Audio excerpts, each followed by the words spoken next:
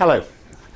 I always slightly worry about instant books, books that appear within a few weeks or months of a particular phenomenon. And 1 year after the Arab Spring, there's a whole host of these things appearing.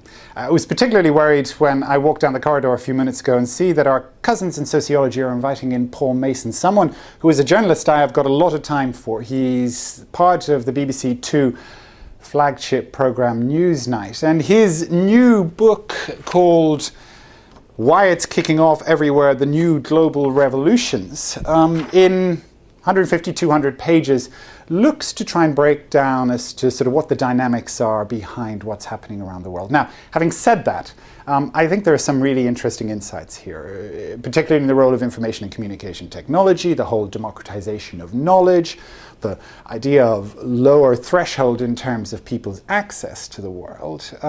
That's interesting. It's something that we will look into in a lot more detail.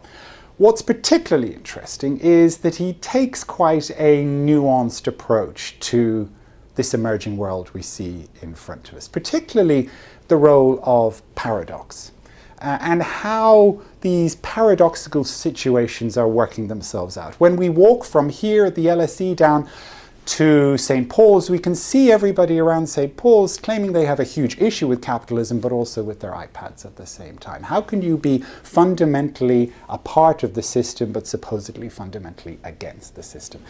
And it made me think of Gareth Morgan and his famous book, Images of Organisation, and in particular the role of metaphor, where he says that basically all theory is metaphor.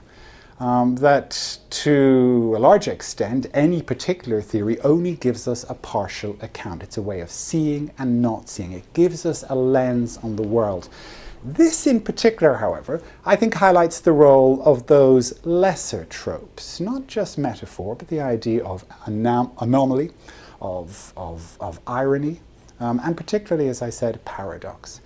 Oswick all, that we will look at as a reference in week number 6, highlight the use of these lesser tropes as operating in a cognitive discomfort zone. And I think what we will see is that a lot of the reasons we have in terms of having difficulty in making sense with the emerging world we see at the moment is because this lens, or these lenses of these lesser tropes, operate in that zone. That's something we'll talk a lot more about this week.